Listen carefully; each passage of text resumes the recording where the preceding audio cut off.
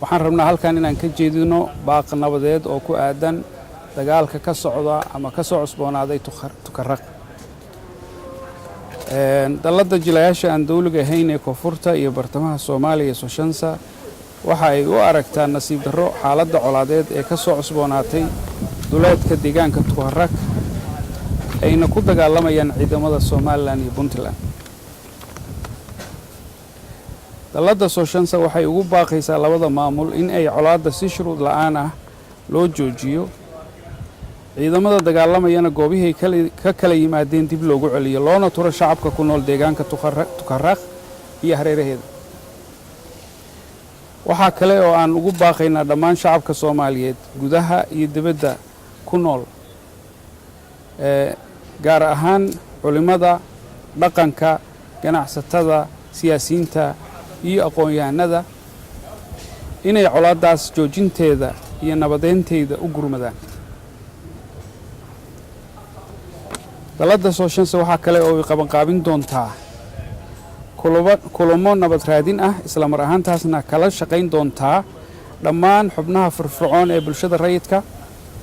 qurba joogta, dowladda Soomaaliya, Somaliland, Puntland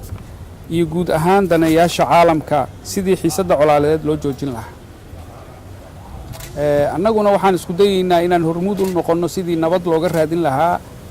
meel kasta oo colaadi ka jirto iyo gaar ahaan xaaladda Tukaraq. cid kasta oo maaragtay danaynaysa hawshaas inay ka qayb qaadato dhammaan xubnaha aan soo tilmaanana waa kala shaqaynaynaa insha Allah tacaala. ugu dambeyntii dallada Soshansa waxay ka rajaynaysaa waxgaradka Soomaaliyeed in ay colaadaas nabadeynteeda u gurman doonaan.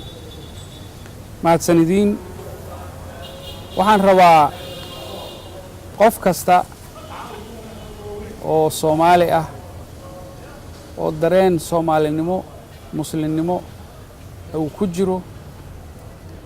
inaan ka codsado in ay nabadaas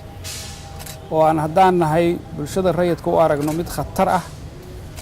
khatar ku ah xasiloonida deegaanka hadda aan tilmaanay ee Puntland iyo Somaliland, mid khatar ku ah Soomaali dhammaan meel kasta ay nooshahay sababtoo ah dareenka colaadeed wuxuu saameynayaa xitaa meelo ka fog xuduudka iyo meelaha arrimuhu ka dhacayaan. waxaan kaloo mar kale rabnaa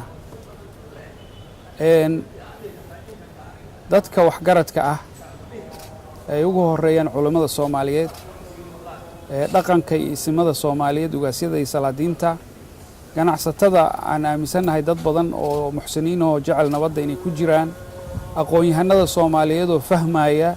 colaaddu waa waxa Soomaaliya ragaadiyey kana reebay mujtamacyadii kale ee maaragtay deriska la ah. waxaan rabaa shucuubta labada shacbi iyo Somaliland iyo Puntland inaan u sheego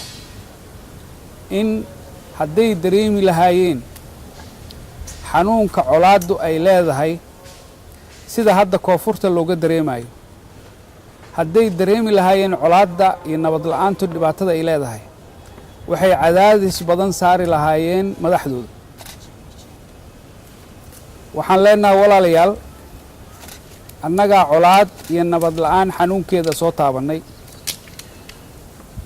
walaalihiin annagoo dareemayna xanuunkaas, fidnada waa la bilaabi karaa, fidnada colaadda waa la bilaabi karaa, waa la siyaasadayn karaa, waa la qabiilayn karaa, laakiin markay bilaabato joojinteedu ma sahlana. waxaan walaalaheen shacabka ee Somaliland iyo Puntland ugu baaqaynaa inay arrinka nabadeynta aqbalaan, inay colaad wax kastoo colaad keeni kara joojiyaan. xanuunka ay leedahay oo qofka dhib ku soo gaarayo iyo deegaankaba ay ku leedahay ma aha wax sahlan. mararka qaar meelaha nabadda ah waxaa laga yaabaa inay fudaystaan colaadda macnaheeda, laakiin qofka colaadda ku dhex nool ayaa fahmi kara macaanka nabaddu leedahay. qofkaas ayaa fahmi kara macaanka ay leedahay nabaddu. walaalaheen shacabka iyo maaragtay hoggaanka Somaliland iyo Puntland waxaan ugu baaqaynaa nabaddu aad iyo aad ay u macaan tahay. xalna maaha in siyaasadda lagu xalliyo maaragtay qori caaradiis uma aragno waxyaabaha kala tabanaysaan inaad ku xallisaan qori caaradiis waxaan ugu baaqaynaa inay ilaashadaan nabaddooda oo ay runtii aad iyo aad ugu ammaanan yihiin